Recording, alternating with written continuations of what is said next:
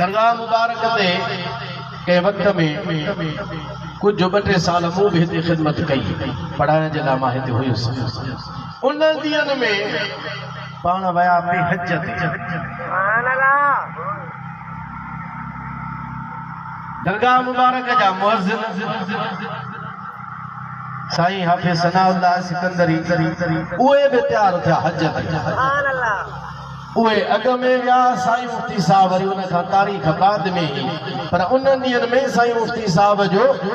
accident थियो हो तंहिंजे करे बांह में तकलीफ़ हुई ऐं इन ई तकलीफ़ में पाण हज जो सफ़र बि कयो पर मसइलो हो नमाज़ पढ़ाइण जो नमाज़ न पे पढ़ाए सघियऊं ऐं उन खां सवाइ हज जो पीरियड जेतिरो बि टाइम लॻे महीनो सवा ज़ाहिर आहे पुठियां नमाज़ इमामत ऐं ख़िताबत जे लाइ दरगाह मुबारक ते कंहिंखे मुक़ररु कजे उस्ताद काफ़िया महबूद में हुयुसि बहरहाल इंतिखाब मुंहिंजे नाले जो थियो ऐं मूं नमाज़ पढ़ाइण शुरू कई पाण वेठा हूंदा उन वक़्त में मूंखे हिकिड़ी पाण हिदायत ॾिनो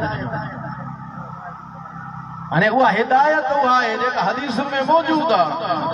पर असुल जेका उन में राज़ जी ॻाल्हि हुई उहा बाद में खुली मां उहा असुल में उहा अर्ज़ु करणु चाहियां थो पाण मूंखे फरमायो त बाबा जॾहिं नमाज़ पढ़ाई बि तूं नमाज़ जो पढ़ाई थो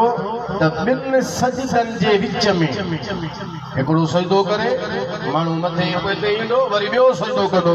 विच में थींदो आहे थोरो वेहण जंहिंखे जलसो चइबो आहे इन ॿिनि सजदनि जे विच में जलसे में हिकिड़ी दुआ घुरबी आहे उहा तूं दुआ घुरंदो कर कहिड़ी अल्लाहुम्मा ग़फ़िरली वरहमनी वहदिनी वआफ़िनी वरज़ुक़नी 5 दुआऊं चओ सुभान अल्लाह अल्लाहुम्मा ग़फ़िरली या अल्लाह मुझे मग़फ़िरत फरमा वरहमनी मुझे रहम फरमा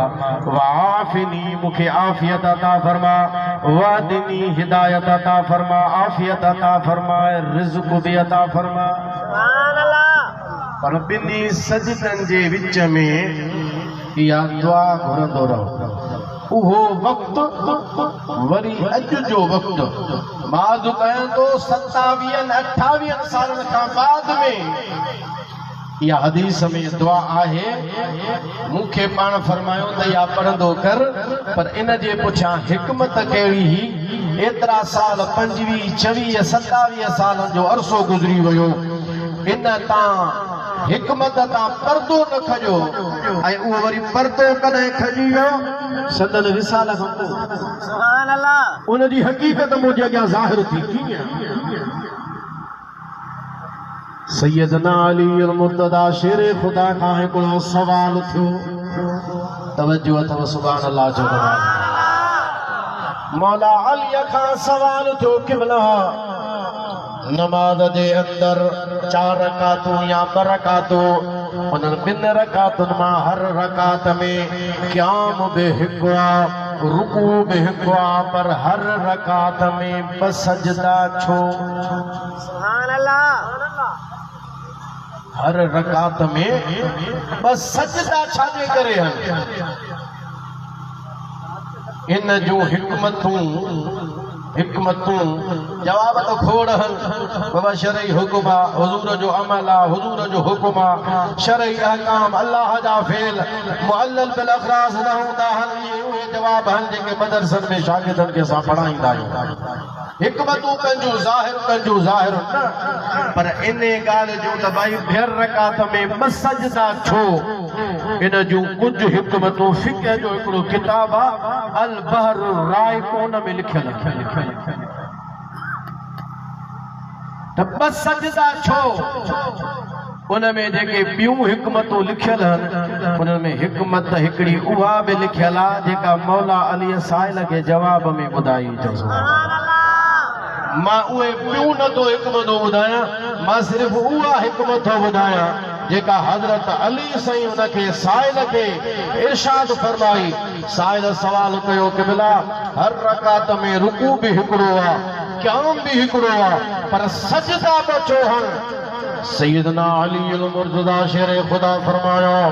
जंहिं वक़्त में अल्लाह जो बानो सजदो कंदो आहे ज़मीन ते सिर पंहिंजो सजदे में रखंदो आहे पेशानी पंहिंजी सजदे में रखंदो आहे आवाज़ ईंदो आहे मिनहा ख़लक़नाकुम इन मां असां तव्हांखे पैदा कयो आहे तंहिंजे मथां मथो रखी सजदो पियो करे मिनहा ख़लक़नाकुम असां तव्हांखे इन मां पैदा कयो आहे मथो वरी मथे खणी वेंदो आहे जलसे में उन खां बाद में जॾहिं ॿियो सजदो कंदो आहे वरी उनखे ग़ैबी आवाज़ ॿुधण में ईंदो आहे वफ़ीहा नुईदुकुम वरी इन मिटीअ में असां तव्हांखे मोटाईंदासूं बि पहिरियों सजदो आहे मिनहा ख़लक़नाकुम जे करे ॿियो सजदो आहे वफ़ीहा नुईदुकुम जे करे पहिरियों सजदो आहे ज़मीन मां तख़लीक़ जे करे ॿियो सजदो आहे ज़मीन में वापस वञण जे करे हू ज़मीन मां तख़लीक़ जे लाइ सजदो हे ज़मीन जे अंदर वापस वञण जे लाइ सजदो हिकमतूं ॿियूं बि बहर राइक में लिखियल आहिनि पर जेका इहा हिकिड़ी हिकमत हज़रत अली साईं जी बयान थियल आहे मां उहा अर्ज़ु कयां थो पर इन खां वधीक अञा लुत्फ़ वारी ॻाल्हि बि आहे पाण फरमायो पहिरियों सजदो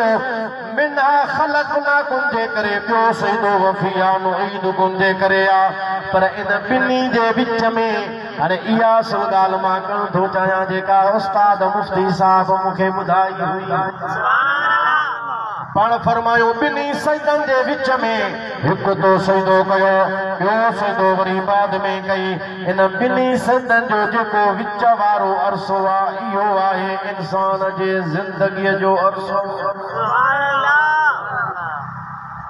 न सम्झो हेॾे तवजो कयो सुभान अल्लाह ॾाढा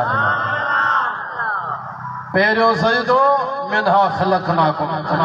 ॿियो सजदो वफ़ीहा नुईदुकुम होॾे तख़लीक़ होॾे हयात होॾे ज़मीन मां पैदाइश ज़मीन जे अंदरि वञण इहो विच वारो जेको अरसो आहे मिनहा ख़लक़नाकुम इन मां असां तव्हांखे पैदा कयो हाणे उन मां पैदाइश थी हाणे मथे माण्हू वेठो वफ़ी वरी ॿियो सजदो कई त वफ़ीहा नुईदुकुम बसि होॾे तख़लीक़ हेॾे हयात ज़मीन जे अंदरि इहो जेको विचो पीरियड गुज़रियो जेतिरो अरसो गुज़रियो जेतिरा सेकंड गुज़रिया अधु मिंट गुज़रियो 10 सेकंड गुज़रिया इहा ई इंसान जी असुल ज़िंदगी आहे हाणे जेको उनखे वधाइणो चाहे उहो इहे 5 दुआऊं उनखे घुरणु घुरिजनि जेको इन पीरियड खे वधाइणु चाहे असां वटि छा थींदो आहे हिकु सजदो माण्हू ॾिनो अलाह अकबर जी मथे आयो बसि देर ई कान सिधो ई कोन थींदो ठक वरी ॿियो सजदो हालांकि जलसो कयो वाजिब आहे छॾे ॾींदो माण्हू त हुन ते मथां सब जो सजदो लादो थींदो बहरहाल ॿिन्ही सजदनि जे विच वारो जेको वक़्तु गुज़रे थो ज़िंदगीअ जो वक़्तु आहे इहो जेकॾहिं इनखे सहल करणो आहे इनखे आसान करणो आहे इनखे पंहिंजे लाइ भलो करणो आहे ऐं इनखे भलाईअ सां गुज़ारणो आहे त पोइ अल्लाह जे हुज़ूर में दुआ करणी आहे ख़ुदा जे हुज़ूर में गिड़गिड़ाइणो आहे अल्लाह खां उहे 5 दुआऊं घुरियूं आहिनि हाणे ज़ाहिर आहे इहो जेको सॼो बि पस